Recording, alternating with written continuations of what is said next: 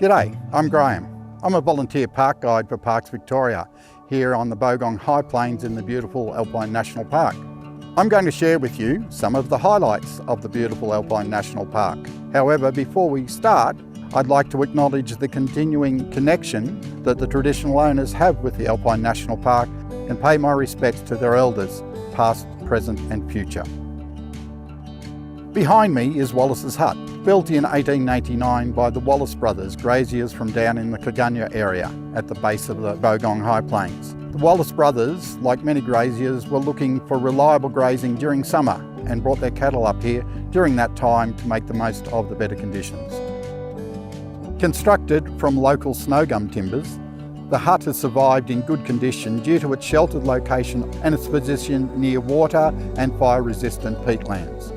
Recent restoration work was carried out by volunteers from the Victorian High Country Huts Association and Parks Victoria staff. Behind me is an alpine wetland, also known as a peatland. This endangered community is responsible, along with hundreds of others like it on the Bogong High Plains, for regulating the water movement off the alpine areas. From here, the water moves into little mountain rills and into mountain streams and down the valleys into creeks and rivers and finally into the ocean 2,500 kilometres away in South Australia. The luminous green moss, sphagnum, holds lots of water, and over a period of time it decomposes along with the other water-loving plants nearby to form a soil called peat. Peat is very good at filtering water and holding it back, preventing erosion on the high plains and floods down in the valleys during spring rains and snowmelt periods. The peat also then enables the water to be released slowly over the summer months, providing a constant water source in the valleys.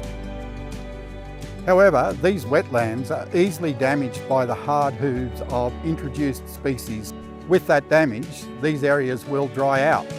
They will lose their water holding ability and will no longer support the communities up here and down below in the valleys.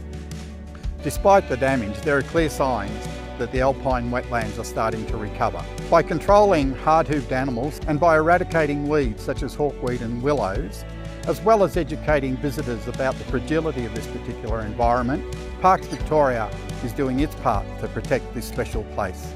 You can help ensure the survival of this special part of Victoria by treading lightly, by staying on tracks and by not leaving any fire unattended.